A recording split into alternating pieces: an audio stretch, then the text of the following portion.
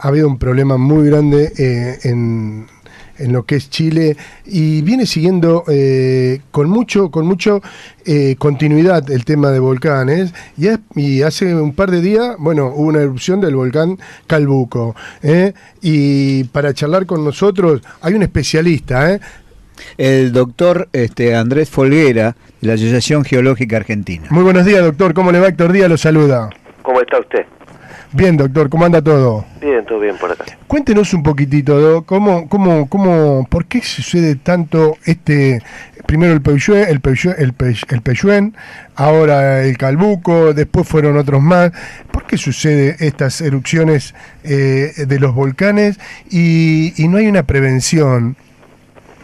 O sea, lo primero que hay que decir es que estos fenómenos son absolutamente naturales y están, digamos, dentro de la escala de tiempo, dentro de una escala de tiempo razonable, digamos. No es que estén ocurriendo a una velocidad distinta. Lo que pasa es que estamos hoy por hoy, digamos, muy conectados con todo lo que pasa en el mundo. Las noticias vuelan con mucha facilidad y se propagan, digamos, de una forma particularmente rápida. Ahora, por otro lado, en los últimos años cada vez se discute más la relación que hay entre los grandes terremotos y las erupciones de volcanes. O sea que si bien son fenómenos comunes, acá hubo un terremoto muy grande en el 2010 en Chile, y las erupciones que estamos viendo son en áreas relativamente adyacentes a la zona del terremoto. El volcán que usted nombraba, el Puyehue, el Villarrica hace un mes, el volcán Peteroa en el 2011, el Copahue el año pasado y el anteaño, y esta erupción del Calbuco se supone que están relacionadas con la zona que fue afectada por el terremoto del 2010, el terremoto del Maule. Sí, sí. Ahí donde se esperaba el tsunami en Chile, ¿no? Bueno, de hecho hubo un tsunami claro, pequeño, claro. Y bueno, a partir de ese terremoto durante 4 años hubo toda una serie de efectos volcánicos, erupciones volcánicas que se supone que están íntimamente ligadas. Estamos hablando con el doctor Andrés Folguera, de la Asociación Geológica Argentina. Doctor, eso es cuando, explíquele un poquito para que la gente lo pueda entender, y yo también, porque bueno, somos medio chicatos en esto, y ahora todos queremos saber, y todos en las esquinas, en los bares, todos saben de lo que sucede. El argentino por lo general es así. Yo le pregunto, ¿esto es cuando las placas se van acomodando? ¿Cómo es? ¿Por qué estas erupciones? ¿Por qué estos terremotos? O sea, tanto las erupciones volcánicas a lo largo de los Andes argentinos-chilenos como los terremotos están relacionados con el mismo proceso, que es que el fondo del Océano Pacífico se hunde lentamente por debajo del continente americano. Lo hace a una velocidad lenta, unos 6 centímetros por año, y ese proceso produce el volcanismo y produce los terremotos que se sienten en el margen argentino-chileno. Doctor, encantado, Daniel. En la zona argentina, en los Andes argentinos, ¿existen volcanes? Porque que yo recuerde, sí. No he escuchado mucho que hayan erupcionado algún volcán en esta zona, en la zona argentina. En el límite argentino-chileno tenemos volcanes activos que los compartimos entre los dos países. Por ejemplo, el Copahue es mitad argentino y mitad chileno. Porque se habla mucho de lo que es chileno, entonces dijimos, bueno, es chileno.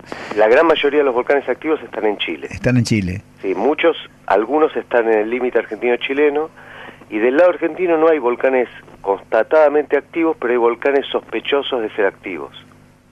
Ah, se sospecha. Claro, nadie describió una erupción en esos volcanes, pero están formados por lavas tan jóvenes que se presupone que estaríamos viendo volcanes activos. Por ejemplo, el Lanín es un ejemplo. Ajá. Claro. O sea que en el futuro podría llegar a ser un volcán más activo. Sí, porque cada volcán tiene, digamos, una tendencia a la actividad que es diferente. Por ejemplo, hay volcanes que entran en erupción cada 600 años. Entonces existe la posibilidad que nadie haya registrado la erupción de ese volcán y de golpe entra en erupción. Como el volcán Chaitén, que entró en erupción en el año 2008 y hacía más de 400 años que no se había descrito una erupción en ese centro. Entonces, hay volcanes que están dormidos, básicamente, que están esperando entrar en actividad, pero se sabe que son activos. Doctor, acá estoy con María Alejandra Espósito, que hace el programa junto a nosotros. Le quiero hacer un par de preguntas, ¿sí? ¿Cómo no? Sí, doctor, buen día. Buen día, ¿cómo está? Le pregunto desde mi ignorancia, ¿se puede saber con anticipación cuándo un volcán entra en erupción? Mire, se avanzó muchísimo en las técnicas de prevención y monitoreo de los volcanes. Hoy por hoy hay por lo menos 3 técnicas que permiten, en términos de horas a días, anunciar que va a venir una erupción volcánica. Sí. Uno es, por ejemplo, escuchar los ruidos que hace el volcán, o sea, poner un sismógrafo y registrar los tremores del volcán. ¿Por qué? Porque hay determinados tremores que se sabe están asociados al movimiento de lava y gases en el interior del volcán.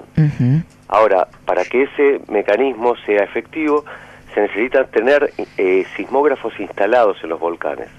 En Chile se avanzó mucho y hay decenas de volcanes que actualmente poseen sismógrafos permanentes. En Argentina estamos mucho más atrasados en ese sentido. Pero la experiencia es que en los últimos años, por ejemplo, Chile logró predecir la erupción del Puyehue, por ejemplo, en términos de días. Acá en el caso de Calbuco no, fueron horas. Apenas unas pocas horas se anunció la crisis. Pero en todo caso se está avanzando muchísimo y esa es la forma. O sea, instalar sismógrafos, escuchar al volcán y ver cuándo el volcán da anuncios de la actividad que está por venir. Pero doctor, ¿y en la Argentina por qué estamos atrasados en ese sentido? ¿Porque no se hace inversión? Bueno, yo creo que estamos atrasados, primero porque no tenemos una cultura relativa a los problemas de los volcanes. Fíjese que empezamos a hablar de esto recién cuando 2 volcanes afectan el mismo área en un corto periodo de tiempo. O sea, la zona de Bariloche y Villa Angostura está muy golpeada por estas 2 erupciones que se separaron 4 años nada más. Sí. Entonces, recién ahora se empieza a tomar cierto nivel de conciencia. Y recién ahora se empiezan a armar los primeros protocolos de cómo funcionar en crisis de cenizas.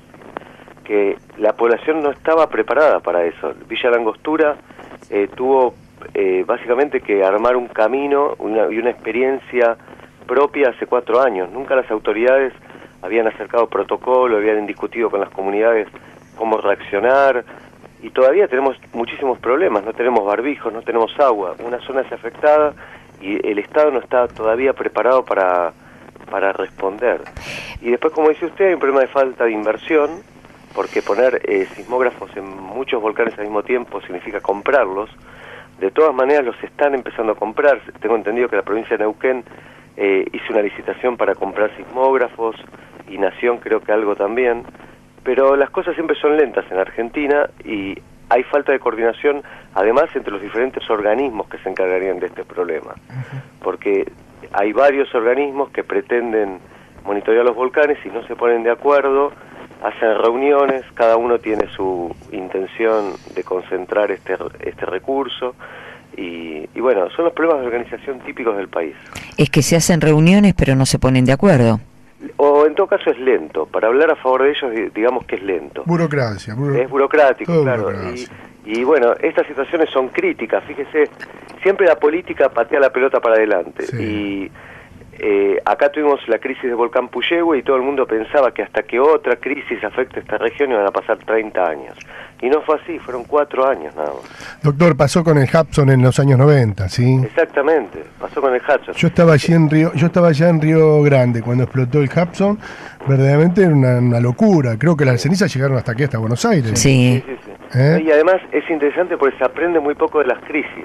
Por ejemplo, la crisis del volcán Hudson destruyó la ganadería estrandina.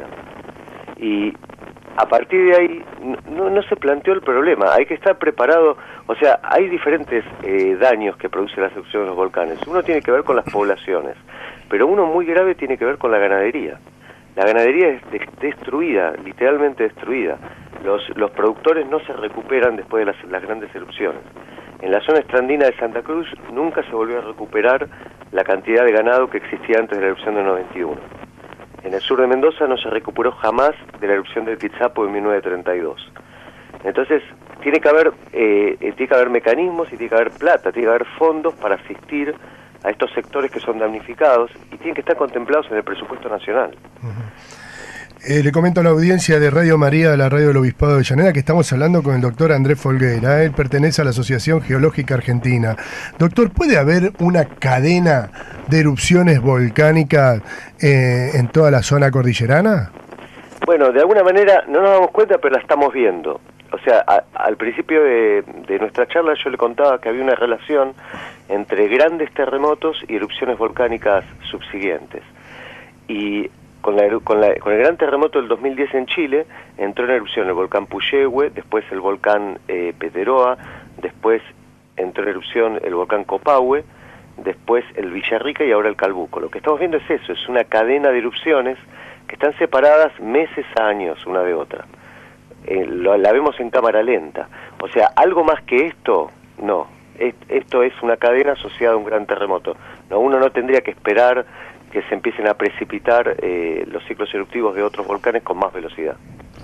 No se puede, uno no, mirá vos, ¿no? Porque a veces uno piensa que puede haber, vio la película Vulcano, ¿no? Que fue creo que puede haber una referencia así. O sea, que se derrumbe Chile o el límite argentino-chileno con explosiones de gran envergadura, una serie de otras. O un tsunami de la parte chilena, o una gran catástrofe en el sur de nuestro país. Bueno, mire, hay fenómenos volcánicos que se están monitoreando porque se sabe que son peligrosos y podrían generar una erupción de más magnitud que la del Calbuco, por ejemplo. Eso sí, por ejemplo, en la zona de el límite de la provincia de Neuquén con Chile, con la zona de Talca, hay un centro volcánico que es el centro volcánico de la Laguna del Maule, que es una zona muy amplia que se está inflando a una velocidad aceleradísima, 17 centímetros por año. Eso es una locura. Y se sabe que tiene que ver con el emplazamiento de lavas en profundidad que están inflando la superficie de la Tierra. Eso está siendo hoy monitoreado porque se sabe que en caso de una explosión asociada sería un proceso de magnitudes enormes, mucho más grande que la erupción del Calbuco que estamos viendo. Entonces hay algunos casos en particular que la comunidad, hasta internacional le diría, porque en ese caso hay norteamericanos, hay otros grupos de otros países, están mirando con mucha atención a ver cómo se desarrollan en el futuro.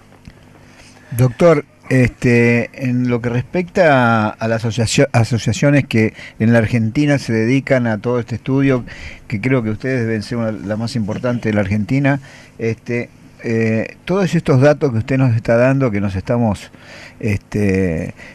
aprendiendo mucho sobre esto, ¿existe una relación con políticos, con personas del Estado en la cual se puede estar encaminando algo? Sí, porque por ejemplo, la parte de previsión sísmica está a cargo del INPRES, que es un instituto que depende de Presidencia, y está localizado en San Juan. Después, la parte de riesgo más general y monitoreo de los volcanes estaría encargado el CEGEMAR, que es otro organismo descentralizado que depende directamente del gobierno, que es el Servicio Geológico Argentino. Y después hay un instituto que se encarga del tema de las aguas, que podría también cooperar con el tema de la medición de aguas y gases, pero son básicamente el INPRES y el CEGEMAR. Son los dos organismos que están entablando, digamos, un trabajo coordinado o tratando de hacerlo para en el futuro tengamos un plan consistente de monitoreo y de riesgo. Y esos dos organismos dependen directamente de Nación. Hace unos años el CEGEMAR dependía de la Secretaría de Minería y la conexión con Nación era mucho más débil y lejana. Ahora es directa. Entonces ahora ya no podemos decir que sea un problema de lejanía a los políticos o a las autoridades. La conexión es directa. Se trata de tener coordinación y tener coherencia y tener planes a largo plazo. Doctor, en esa gran erupción que hay, cuando vuelan las cenizas, ¿eso afecta al ser humano? En este caso, lo que traen las cenizas, ¿qué es lo que hay? Me dijeron que hay como azufre. ¿Eso afecta a la vista y a la salud y no sé, también a lo que respiramos? Por eso se usa el barbijo. ¿En qué afecta al ser humano eso que emana ese volcán? La ceniza tiene dos componentes, llamémoslas. Una componente son las mismas cenizas, que son fragmentos de vidrio que tienen como una geometría de estrella, o sea, tienen toda una serie de aristas muy agudas. Esa ceniza entra en las vías respiratorias y alimenticias y daña los conductos. Y además se deposita sobre la vegetación, y cuando los animales comen la vegetación se liman los dientes de los animales, se destruye la dentadura. Ese es el primer elemento y en general el más dañino de la ceniza.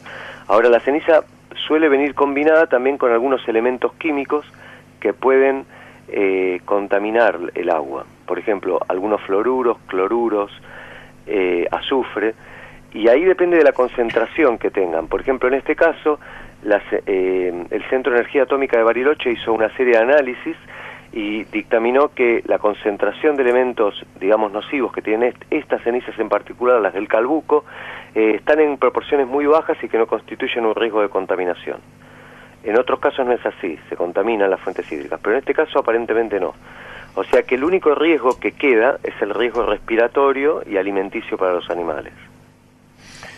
Doctor, la verdad que ha sido una charla hermosa, muy clara. Muy clara, lo explicó muy bien, la verdad que a nosotros nos podíamos escucharlo todo el día, pero las horas de radio tienen un límite, y bueno, yo le agradezco tanto que haya salido un ratito a hablar con nosotros y nos haya explicado este gran problema, porque es un gran problema para la población, ¿no? Sí, sí, sí. Y bueno, si usted nos permitiría en algún momento volverlo a llamar. ¿Cómo no? Un gusto. Dios lo bendiga, señor. Gracias. Chao, buen día. Buen día. Hemos hablado con el doctor Andrés Folguera, de la Asociación Geológica Argentina, con esto, y ahora todos queremos saber, y todos en las esquinas, en los bares, todos saben de lo que sucede. El argentino por lo general es así. Yo le pregunto, ¿esto es cuando las placas se van acomodando? ¿Cómo es? ¿Por qué estas erupciones? ¿Por qué estos terremotos? O sea, tanto las erupciones volcánicas a lo largo de los Andes argentinos-chilenos como los terremotos están relacionados con el mismo proceso, que es que el fondo del Océano Pacífico se hunde lentamente por debajo del continente americano. Lo hace a una velocidad lenta, unos 6 centímetros por año, zona que fue afectada por el terremoto del 2010, el terremoto del Maule. Sí, sí. Ahí donde se esperaba el tsunami en Chile, ¿no? Bueno, de hecho hubo un tsunami. Un tsunami pequeño, claro. Y bueno, a partir de ese terremoto durante 4 años hubo toda una serie de efectos volcánicos, erupciones volcánicas que se supone que están íntimamente ligadas. Estamos hablando con el doctor Andrés Folguera, de la Asociación Geológica Argentina. Doctor, eso es cuando, explíquele un poquito para que la gente lo pueda entender, y yo también, porque bueno, somos medio chicato, el Peyuén, ahora el Calbuco, después fueron otros más. ¿Por qué sucede estas erupciones de los volcanes y no hay una prevención? O sea, lo primero que hay que decir es que estos fenómenos son absolutamente naturales y están, digamos, dentro de la escala de tiempo, dentro de una escala de tiempo razonable, digamos. No es que estén ocurriendo a una velocidad distinta. Lo que pasa es que estamos hoy por hoy, digamos, muy conectados con todo lo que pasa en el mundo. Las noticias vuelan con mucha facilidad y se propagan, digamos. Ha habido un problema muy grande en lo que es Chile, y viene siguiendo con mucho continuidad el tema de volcanes, y hace un par de días, hubo una erupción del volcán Calbuco, y para charlar con nosotros hay un especialista, el doctor Andrés Folguera, de la Asociación Geológica Argentina. Muy buenos días, doctor. ¿Cómo le va? Héctor Díaz lo saluda. ¿Cómo está usted? Bien, doctor, ¿cómo anda todo? Bien, todo bien por acá. Cuéntenos un poquitito, ¿por qué sucede tanto primero el Peugeot, de una forma particularmente rápida. Ahora, por otro lado, en los últimos años cada vez se discute más la relación que hay entre los grandes terremotos y las erupciones de volcanes. O sea que si bien son fenómenos comunes, acá hubo un terremoto muy grande en el 2010 en Chile, y las erupciones que estamos viendo son en áreas relativamente adyacentes a la zona del terremoto. El volcán que usted nombraba, el Puyehue, el Villarrica hace un mes, el volcán Peteroa en el 2011, el Copahue el año pasado y el anteaño, y esta erupción del Calbuco se supone que están relacionadas con la